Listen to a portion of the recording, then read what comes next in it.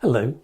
In addition to holding religious services, parish churches are also a community resource, and in the past it was where all important local events were likely to be held, often the only building large enough to accommodate large numbers of people. It was where notices were displayed. It was where people would find out about both local and national news and events.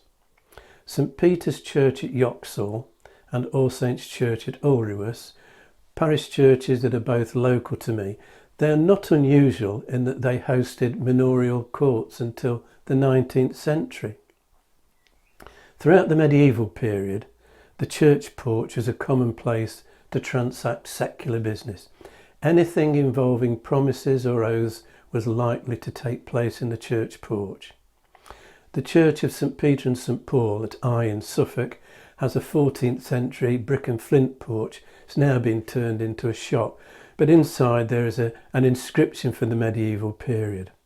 "Seal not too soon, lest thou repent too late," a reference to the business dealings that once took place there, and a wise tip, a good motto. Marriage vows are frequently exchanged in the church porch. Before Lord Hardwicke's Marriage Act of 1754, an act, it said, for the better prevention of clandestine marriage, simple consent was all that was required for a marriage to be legally recognised. You can think of it as being similar to an engagement today. It wasn't necessary to marry in church itself, although often the priest would be invited to witness the promises. Chaucer's wife of Bath, in the Canterbury Tales, he tells us, has had 5 husbands at the church door. If a couple were marrying in church during divine service, they might well be met by the priest at the church porch, and the service would begin there, and they would be led into church for a final benediction before the altar. The porch itself might contain an altar where oaths were taken and contracts were solemnised, and an off-central door may well be evidence that there was an altar in that porch even where it's been removed. You can see this at St Lawrence's Church at Bradford-on-Avon in Wiltshire, and this is St Andrew's Church, Bishopston in East Sussex. The 14th century Church of St Peter and St Paul at Ermington in Devon, a church better known for its crooked spire, has a porch with a cross set in a niche. The porch was where those who were not full members of the church, or for some reason deemed unworthy, perhaps those still receiving instruction or those undergoing penance, the porch was where they might be allowed to hear and take part at a distance in the service. St Mary's Church in Taunton has a penitent's porch. There's a record of a porch altar in St Wolfram's Church, Grantham in Lincolnshire, and an upper storey here houses a chained library. And upper storeys on porches became common from the 14th century, and then much of the business formerly conducted in the church porch transferred to that upper room.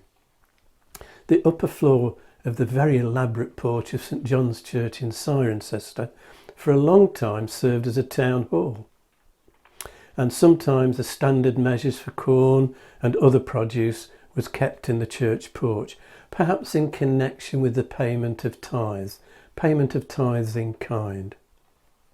Many church porches, like Cirencester, are extremely impressive, both a sign of their importance and of the wealth of the church's patrons.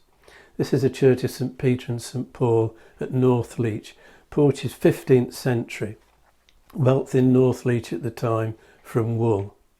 And this is St Mary's Church at Wutton in Somerset. Church is late 13th century, the porch is late 15th century. And schools are frequently conducted in the church porch. John Evelyn, the diarist, wrote in 1624, "I was not initiated into any rudiments until near 4 years of age, and then one friar taught us in the church porch at Wutton." This is St John's Church at Wutton in Surrey. In the medieval period, archery was the closest thing we had to a national sport. There was a need for skillful archers, and this led to laws to encourage archery, laws that were passed from the 1250s onwards. And there was a statute that was passed in the reign of Edward III in the 1360s that said, "Every man, if he be able-bodied, shall upon holidays make use in his game of bows and arrows, and so learn and practice archery." And practice was made compulsory on and off over the years from the age of 7. And there were spare community bows, and these would be long bows, of course, for those unable to afford their own, so they could still practice, and the community bows would be stored in the church. And the place where the archery was practiced, that was known as the butts, and the butts were often established in churchyards. And you can frequently find grooves where arrowheads were sharpened on the porches of parish churches.